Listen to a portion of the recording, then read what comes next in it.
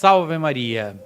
Queridos amigos, hoje nem foi anunciado ontem qual seria o tema da nossa meditação, mas foi de propósito, porque nós estamos aqui bate-bolando na comunidade de qual seria o tema que mais poderia assim fazer bem às pessoas, bem às famílias, bem à nossa sociedade. E vendo, caríssimos amigos, a apetência, quando tratamos do tema do casal Luiz Marton e Zélia Marton, nós vimos o quanto as pessoas têm uma avidez para conhecer uma família católica, apostólica e romana. Foram tratados alguns pontos já depois do casamento, inclusive perto do falecimento de Dona Zélia, depois as meninas que ficaram órfãs, depois o pai que assumiu a função de pai e mãe, e ficamos por aí. E muitos perguntaram, mas como era, por assim dizer, a pré-história de Luiz Marton e de Zélia Marton? Então, hoje e amanhã será tratado esse tema. Como era o senhor Luiz Marton antes do casamento, a sua vida, suas atividades, seus anseios, suas apetências? Como era a vida da senhorita Zélia Marton, da mesma forma, antes do casamento, quais as suas apetências, suas aptidões, sua vocação, como era? Então aqui, num livro muito bonito, nós vamos aqui hoje narrar belíssimos fatos da vida desses dois grandes santos, pai de uma grande santa e de outras também pessoas virtuosíssimas da família. Rezemos. Em nome do Pai, do Filho e do Espírito Santo. Amém. Ave Maria, cheia de graça, o Senhor é convosco. Bendita sois vós entre as mulheres, e bendito é o fruto do vosso ventre, Jesus. Santa Maria, Mãe de Deus, rogai por nós, pecadores, agora e na hora de nossa morte. Amém. Nossa Senhora do Sorriso, rogai por nós. São José, rogai por nós. Beatos Luiz e Zélia Marton, rogai por nós. Santa Teresinha do Menino Jesus, rogai por nós. Em nome do Pai, do Filho e do Espírito Santo. Amém. Com os fatos que aqui serão narrados, caríssimos amigos, nós vamos entender melhor o porquê dessa família tão santa. Porque o que antecedeu esse casamento tão sublime já eram vidas muito virtuosas. Até ambos tinham anseio de entrar num convento, entrar no seminário. Um queria levar uma vida consagrada a Deus como um sacerdote e ela queria ser uma irmã de caridade. Vejam que maravilha! Mas a providência fez com que os dois, com esses desejos tão santos, se unissem em matrimônio. E depois, fruto desse tão virtuoso enlace, nascessem filhos e filhas santas também. Então vem aqui. Foi no começo do outono de 1845 que estava o nosso caro Luiz Marton à busca do seu ideal. Sem que possamos determinar a data precisa do fato que Luiz Marton se decidiu a dar o seguimento ao projeto de uma vida mais perfeita. Então, quando ele tinha 22 anos, esse jovem Luiz Marton, ele pensou consigo mesmo, eu tenho que servir melhor a Deus, eu tenho que abraçar uma vida de perfeição. Já pensaram? Então já tinha esse ideal grandioso, esse homem virtuoso. Chegara para ele a hora de escolher entre o casamento e o serviço do altar. Optou pelo claustro, portanto pelo serviço do altar. Vejam que coisa curiosa. A primeira decisão de Luiz Marton foi ser um sacerdote. Vejam que bonito. Possuía uma sólida formação religiosa. O capitão Martin, seu pai, tinha-lhe ensinado a entregar-se a Deus sem reservas, numa doação total, à maneira de soldado ou antes de um combatente. Então vejam que bonito como já a boa formação que ele recebeu de sua família fez com que ele aderisse e abraçasse a fé católica com entusiasmo. Não é com pesar, mas o entusiasmo de um soldado. Mas aqui ainda tem um destrinchar desse soldado, como um combatente, ou seja, aquele que defende a fé católica. Então nós vemos, não podia dar em outra coisa do que deu.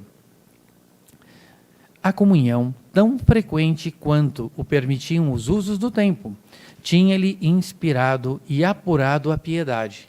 Portanto, era uma pessoa que, na medida do possível, conforme o costume da época, tinha uma comunhão frequentíssima, o que não era um costume da época em que ele vivia.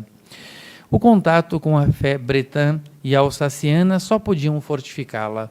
Então nós vemos que ele vivia em regiões da França muito piedosas, de boa formação, de um bom clero católico que se preocupava em dar a formação para todas as suas ovelhas. Ou seja, visitavam as casas de casa em casa, davam catequeses, ministravam os sacramentos. Então, ele foi dessa região. Então, vejam como é bonito. Bom clero, um santo clero, santos fiéis também. Depois, para que lado havia de se dirigir?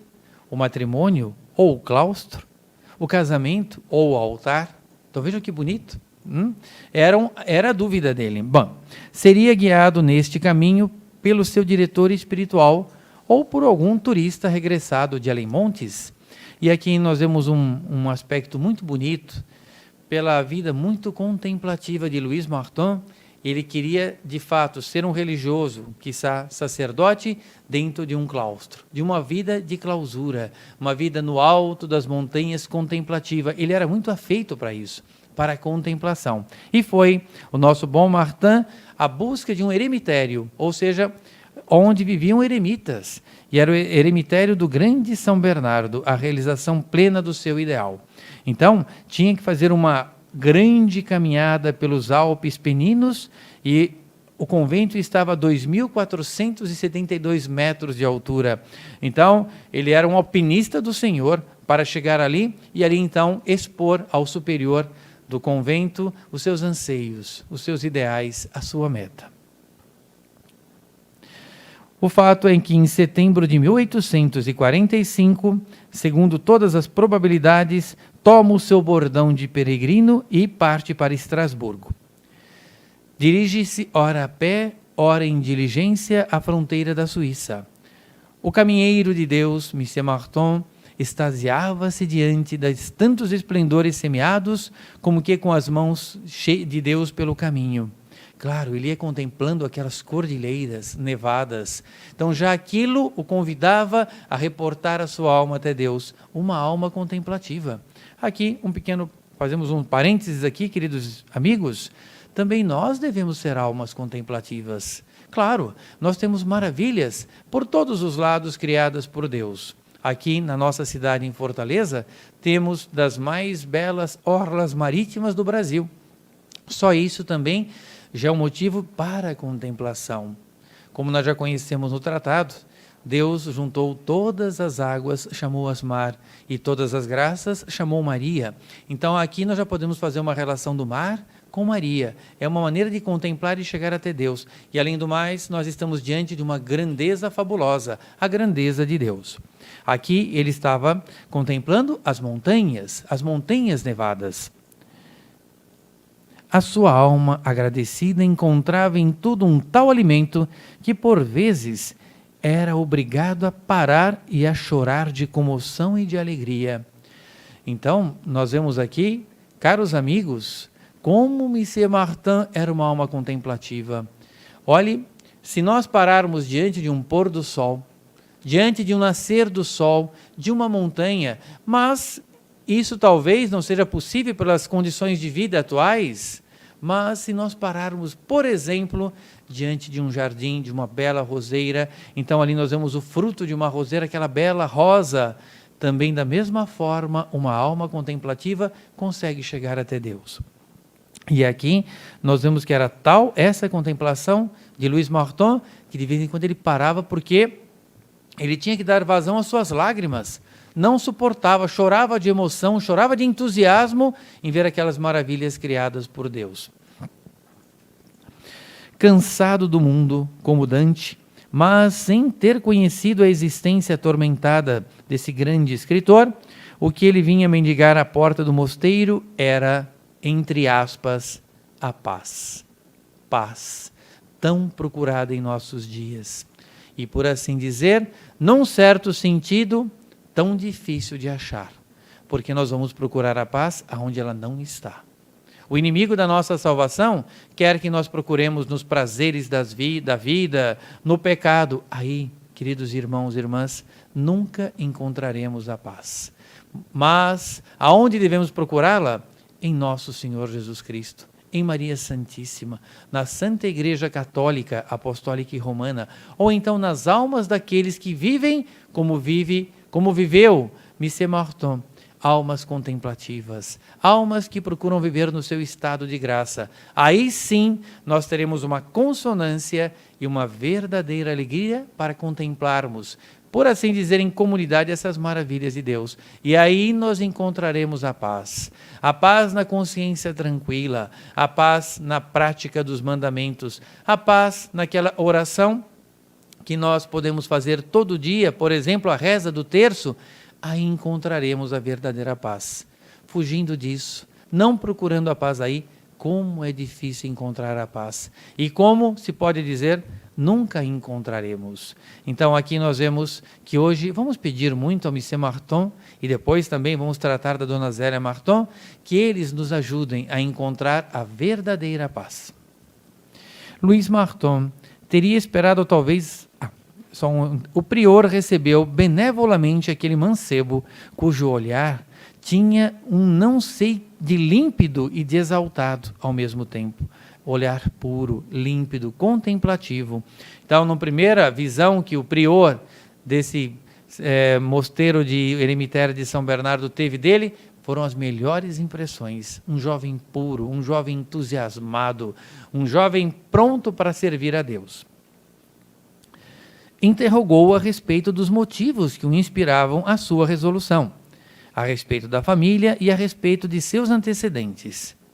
Edificado quanto a este ponto, inquiriu acerca dos estudos e depressa verificou que o visitante não tinha percorrido o ciclo de formação clássica.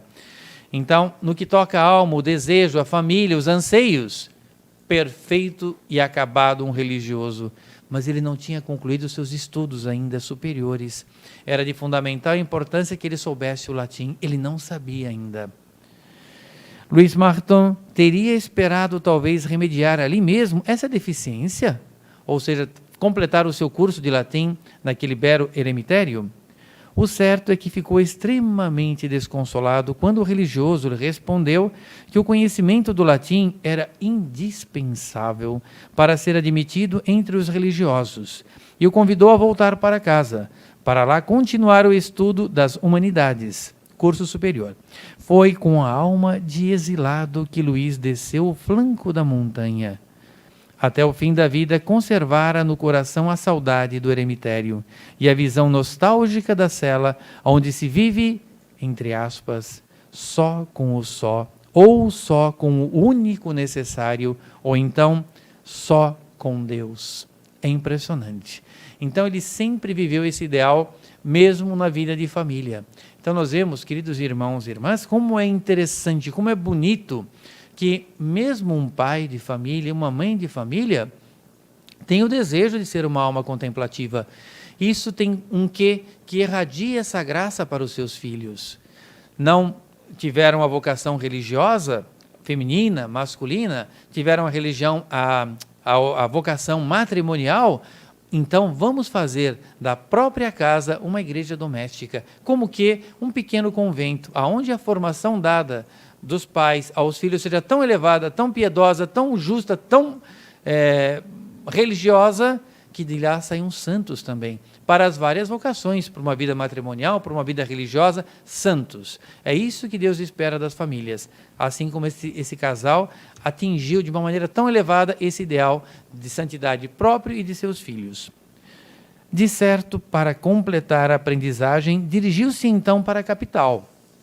A avó, a senhora Borronnet, que contava 74 anos e vivia de uma pensão paga pela família, o tio por afinidade, Luiz Henrique de Locov, coronel reformado, que habitualmente residia em Versailles, e o filho deste, Henrique de Locov, aluno da escola militar, unido a Luiz Martin por amizade realmente fraternal, e que partiria para a África em 14 de dezembro de 1848. A permanência de Luiz Martin em Paris, que parece ter durado 2 ou 3 anos, foi a prova decisiva para a fé do nosso herói. Estava na capital da França. Luiz Martin vai entrar em contato com um perigo. Rezemos. A distinção natural e o encanto de sua pessoa expõe-no às solicitações de outro gênero, às solicitações pecaminosas, que só a sua fé robusta ajudaria a repelir. Então nós vemos, queridos irmãos e irmãs, ele era de uma educação de todo tamanho, de uma distinção, de uma elegância, de uma delicadeza total. Claro que, e também uma pessoa muito bem apessoada, inteligente, claro que era alvo de muitas pessoas mal intencionadas, jovens mal intencionadas. Depois, adivinha-se a alegria com que Luís Martin se arrancou a tal meio para regressar ao ar sadio da Normandia. Encontrava-se em plena posse de sua arte. Qual era o ofício profissional de Luís Martin? Ele era relojoeiro. Relojoeiro, e que não era a época que nós vivemos de relógios digitais. Aliás, mesmo nos dias de hoje, cada vez mais está se usando menos relógio, porque hoje em dia tudo é o celular. Já quase não usam mais relógios de pulso, aqueles relógios antigos e bonitos. Ele era um grande relojoeiro. E é interessante porque a lógica, a precisão dos relógios de corda, com todo aquele mecanismo, atraía enormemente Monsieur Martin. E isso ajudava que as coisas também na cabeça dele fossem muito ordenadas e lógicas. Aqui vem a explicação. Apreciava nela a preocupação dos pormenores, o sentido da exatidão, a delicadeza realçada pela nota artística. Ele que contemplava extasiado a harmonia do mundo sideral, era uma pessoa contemplativa, gostava de olhar para as estrelas, ver as constelações, identificar os planetas, gostava muito disso, a grandeza do universo e também a lógica de um pequeno relógio mecânico. Então vem aqui, a harmonia do mundo sideral em que se diverte o poder do divino relojoeiro. Manejava com igual ternura as peças minúsculas de uma mecânica de precisão. A sua consciência profissional tirava daí uma alegria entusiasta, que o assemelhava pelo gosto do trabalho acabado e aos briosos artífices da Idade Média. Tudo feito manual, tudo muito bem feito, tudo procurando atingir a perfeição do que faziam, era a Idade Média. E ele se inspirava muito nisso. Buscava também a perfeição do seu trabalho, do seu ofício, na conserto, na fabricação de relógios. Uma Santa Senhora de Alençon, Felicidade Bondoron, tinha por ele grande consideração e ajudou a estabelecer-se nessa cidade. A 4 de novembro de 1850, fez a aquisição de uma casa situada na Rua da Ponte Nova, número 15, e aí se instalou com sua oficina de relojoaria. O prédio era vasto, possuía um jardinzinho. O capitão Martin e sua esposa ali viveram como filhos, pais de São Luís Martin. Então, interessante, já viam nessa casa. E aqui ainda São Luís. Um dia, quis arranjar uma espécie de vivenda solitária, onde pudesse instalar os seus aparelhos de pesca, tratar a seu tempo o jardim, apesar de não ter muito gosto pela jardinagem, e entregar-se com vagar ao prazer das leituras elevadas e à contemplação. Para isso, a 20 de abril de 1857, adquiriu a pitoresca propriedade do pavilhão. Então, nós vemos que, ainda para o nosso caríssimo Luís Martin, ele estava com o seu pensamento, o seu ideal todo posto na contemplação ainda, na lógica de um trabalho delicado que era ser relojoeiro, poder cuidar de um jardinzinho, mesmo embora não fosse a sua maior apetência, mas tudo que tocava em torno dele estava bem ordenado, como um mecanismo de um relógio suíço, aonde ele pudesse estar recolhido, fazendo o seu trabalho e ao mesmo tempo ter sempre um espaço reservado para uma boa leitura espiritual, para um momento de contemplação, para um momento de estar só com Deus. É muito bonito. Fica à beira do caminho, rodeada de um lindo pedaço de terra e consta de uma torre hexagonal, com rés do chão. Os 2 andares aos quais dá acesso uma escada exterior que vai ter um balcão do primeiro andar. Depois, interiormente, há uma escada de madeira em caracol. E aqui nós vemos como ele tinha nessa torrezinha que aqui foi descrita, como que é o seu recanto, como que é o seu momento em que ele pudesse estar sós, a sós com Deus, como é importante, queridos amigos, que nós possamos também reservar um tempo para estarmos a sós com Deus, a sós com Maria Santíssima, diria a sós com meu anjo da guarda, por onde eu possa assim desenvolver verdadeiros colóquios com eles, conversas de um amigo para com um amigo, de um filho para com um pai, de uma criatura para com seu Criador. É muito bonito, ele gostava de ter esses momentos impressionantes. Bem aqui.